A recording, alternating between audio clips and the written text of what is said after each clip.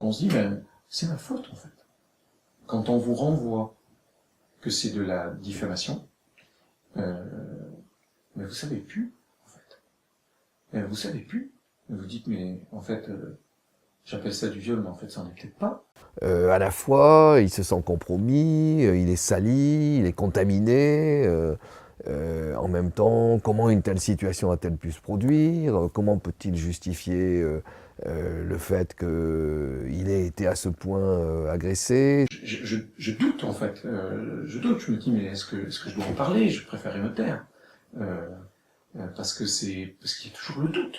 Est-ce que je suis pas coupable de ça? Et cette culpabilité, elle est là, en fait. Et donc la culpabilité, elle est là, et elle fait des dégâts énormes, en fait. Elle fait d'abord qu'on se tait, et puis elle fait qu'on se reconstruit pas, quoi, là-dessus. Il reste très longtemps ce sentiment d'imposture, et moi je sais que pour arriver à en parler, je pense un peu le trait, mais j'ai presque dû m'auto-convaincre, quitte à jouer la scène devant un miroir pour voir à quel point j'étais crédible ou pas dans mon rôle de victime, comme pour me prouver à moi-même que ça avait effectivement existé. C'est assez étrange. Puis à un moment donné, on s'ouvre et j'ai plus besoin de jouer la comédie pour arriver à m'auto-convaincre que ce qui m'était arrivé. Pour un enfant ou même un ado, ça peut être très complexe.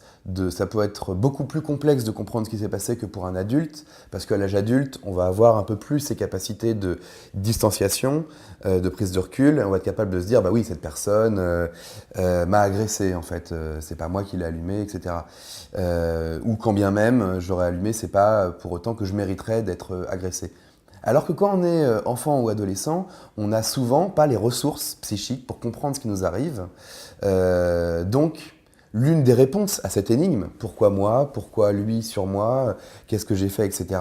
L'une des réponses qu'on peut apporter à cette énigme, outre l'identification à l'agresseur, c'est la culpabilité. Si la victime et l'agresseur se connaissent et se côtoient, qu'ils ont des relations ensemble, il y a effectivement le risque que l'entourage, par exemple, ne croit pas la victime ou lui fasse des reproches. Mais pourquoi tu m'en as pas parlé?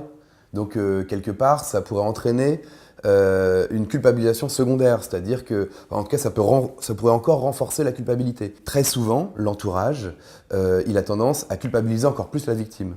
C'est pas volontaire, hein, mais c'est une réaction maladroite qui va faire que la révélation va entraîner encore plus de souffrance